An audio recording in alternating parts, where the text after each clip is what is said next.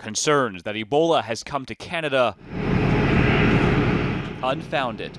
The U.S. redirected a Detroit-bound flight to Montreal on Wednesday over worries someone on board had come into contact with the deadly virus. Canada's chief medical officer providing the results Friday. They were assessed by a Public Health Agency of Canada quarantine officer, found not to have any symptoms. The World Health Organization elevated the risk for the DRC and surrounding region in Africa. The Ebola outbreak in the Democratic Republic of the Congo is spreading rapidly.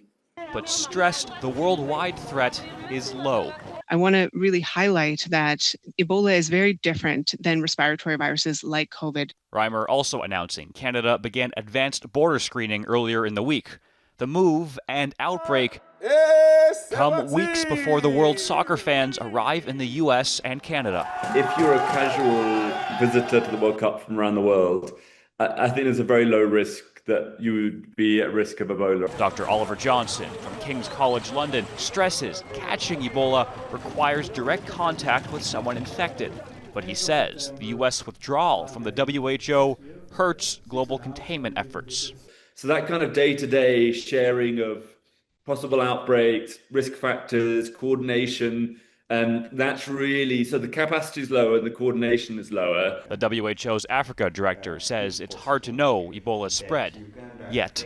It will be a big mistake to underestimate, especially with this strain, Bundibugyo, which we don't have the vaccine.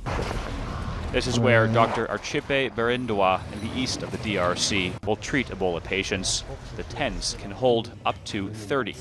Des maladies épidémiques. He says there is an urgent need for epidemic disease treatment centers. Johnson points out the world can coordinate with soccer, but not nearly as well with healthcare.